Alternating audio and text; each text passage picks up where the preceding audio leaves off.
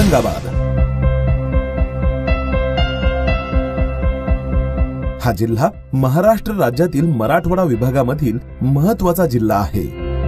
या जिल्ह्याला मराठवाड्याचे द्वार संबोधले जाते। या जिल्ह्यात एकूण 9 तालुके असून त्यामध्ये औरंगाबाद, खुलताबाद, सोयंगाव, सिल्लोड, गंगापूर, कन्नड, फुलंब्री, पैठण आणि वैजापूर यांचा समावेश होतो। या 9 तालुक्यांमध्ये एकूण 1344 गावे आहेत। या जिल्ह्याचे एकूण क्षेत्रफळ सुमारे 10,130.89 चौरस किलोमीटर इतके असून 2011च्या जनगणनेनुसार या जिल्ह्याची एकूण लोकसंख्या सुमारे 37,01,282 इतकी आहे। औरंगाबाद जिल्ह्यातील प्रमुख नद्या गोदावरी, तापी आणि पूर्णा या आहेत। जिल्ह्यातील प्रमुख पिके कापूस, बाजरी, मका, तूर, मूग, ज्वारी आणि गहू ही आहेत। औरंगाबाद जिल्हा हा भारतातील एकमेव जिल्हा आहे त्यात 2 जगप्रसिद्ध हेरिटेज वास्तू अजिंठा लेणी व वेरूळ लेणी या आहेत। जिल्ह्यातील पैठण हे एक ऐतिहासिक शहर पैठणी साड्यांसाठी प्रसिद्ध आहे। तसेच या जिल्ह्यातील हिमरू शाल देखील प्रसिद्ध आहे। औरंगाबाद जिल्ह्यात मुंबई उच्च न्यायालयाचे खंडपीठ आहे। या जिल्ह्यातील औरंगाबाद तालुक्यात वाळूज, चिकलठाणा, शेंद्रा या ठिकाणी तसेच पैठण तालुक्यात औद्योगिक वसाहती आहेत। त्यामधील शेंद्रा औद्योगिक वसाहत ही पंचतारांकित औद्योगिक वसाहत म्हणून ओळखली जाते। याशिवाय चिकलठाणा येथे एक IT पार्क देखील आहे। या व्यतिरिक्त जिल्ह्यात अनेक कंपन्यांचे कॉल सेंटर्स तसेच छोट्या IT कंपन्या सुद्धा आहेत। औरंगाबाद जिल्ह्यात पर्यटन क्षेत्रांची रेलचेल आहे। चला तर पाहूयात। भद्रा मारुती या ठिकाणी हनुमानाची निद्रिस्त अवस्थेतील भव्य मूर्ती आहे। अशा प्रकारची निद्रिस्त मारुतीची मूर्ती भारतात केवळ 3 ठिकाणी आहे। त्यातील एक ठिकाण उत्तर प्रदेशातील अलाहाबाद हे असून दुसरे खुलताबाद आहे व तिसरे ठिकाण मध्य प्रदेशातील जामसावळी येथे आहे। खुलताबाद येथे दरवर्षी हनुमान जयंती निमित्त भव्य यात्रा भरते। त्या दिवशी खुलताबाद येथे हजारो लोक औरंगाबाद व आसपासच्या गावातून पायी चालत येतात। वेरूळ लेणी, कैलास मंदिर, घृष्णेश्वर मंदिर। वेरूळला इंग्रजांनी दिलेले नाव एलोरा हे आहे व त्याच नावाने हे जगप्रसिद्ध आहे। क्रमांक 1 ते 10 बौद्ध धर्मांची, क्रमांक 13 ते 20 हिंदू धर्मांची व क्रमांक 30 ते 34 जैन धर्माची लेणी आहेत। यातील लेणी 10, 14, 15, 16, 21, 29, 32, 33 व 34 उत्कृष्ट आहे। याची लांबी सुमारे 164 फूट तर रुंदी 109 फूट व उंची 96 फूट इतकी आहे। हे खोदताना 30 लाख घनफूट दगड वेगळा करावा लागला।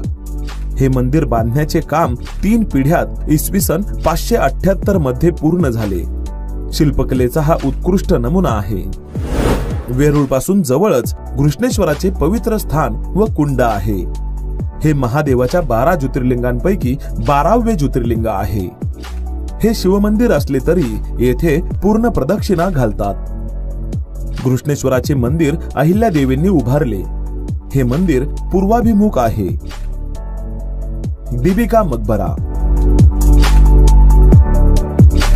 बीबी का मकबरा हा आग्रा येथील ताजमहालाची प्रतिकृती आहे।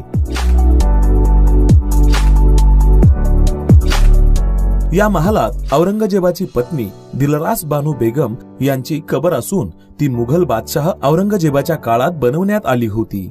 परंतु मकबरा मलिकाचा मुलगा शहजादा आझम शाहकडून सन 1651 ते 1661 या काळात आईच्या स्मरणार्थ बांधला गेला असावा असे इतिहासात आढळते।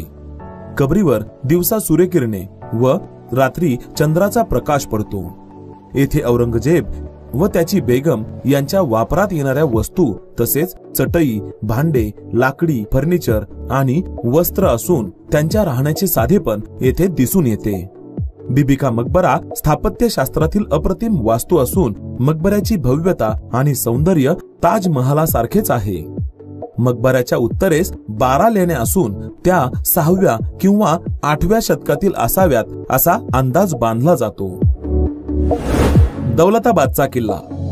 दौलताबाद याचे जुने नाव देवगिरी। येथील प्रसिद्ध किल्ला यादवांनी बांधला। रामदेवरावांच्या काळात तो अल्लाउद्दीन खिलजीने सन 1296 मध्ये जिंकला। किल्ल्याभोवती खंदक आहे। याशिवाय भुयारी मार्गानेही येथे जावे लागते। किल्ला चढताना या किल्ल्याचा काही मध्यभाग अंधाराने व्यापलेला आहे। शत्रूला मारण्यासाठी येथे गरम तवा ठेवलेला असे।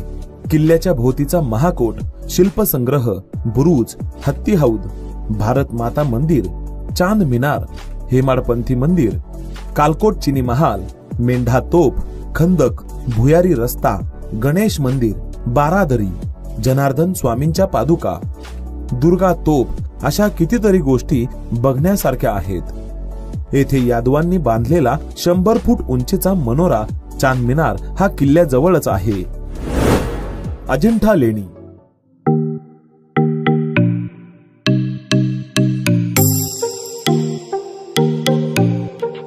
औरंगाबाद पासून सुमारे 102 किलोमीटर अंतरावर घडीच्या आकारातील पर्वतात अप्रतिम अजिंठा लेण्या कोरण्यात आल्या आहेत।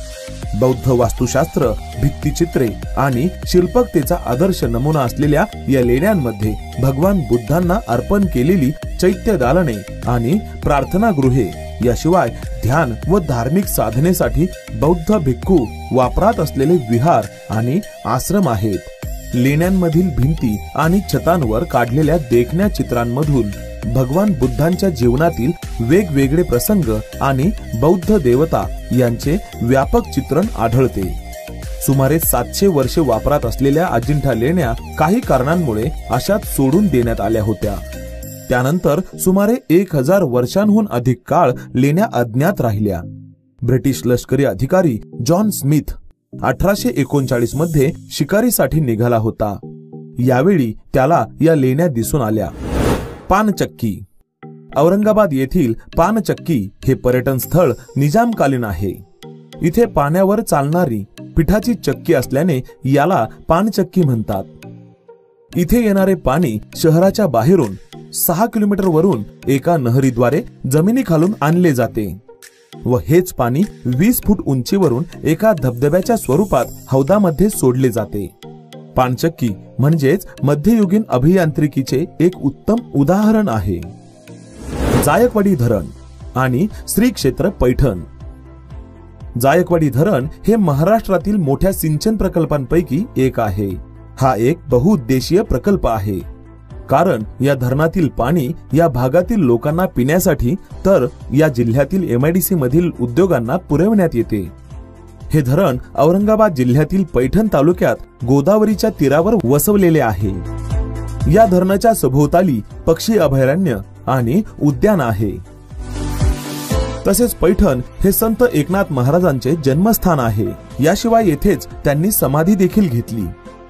एकनाथ षष्ठी हा येथील मुख्य उत्सव असून या 3 दिवसीय उत्सवासाठी महाराष्ट्राच्या कानाकोपऱ्यातून लाखो भाविक पैठणमध्ये येतात। या स्थळांव्यतिरिक्त जिल्ह्यात इतर अनेक गोष्टी पाहण्यासारख्या आहेत, जसे ऐतिहासिक 52 दरवाजे, औरंगाबाद गुफा, पितळखोर लेण्या, किले अंतूर, सीता न्हाणी, सोनेरी महाल, ऐतिहासिक संग्रहालय, गौताळा अभयारण्य, सलीम अली सरोवर, सिद्धार्थ उद्यान याशिवाय ऐतिहासिक गोष्टी देखील या जिल्ह्यात आहे।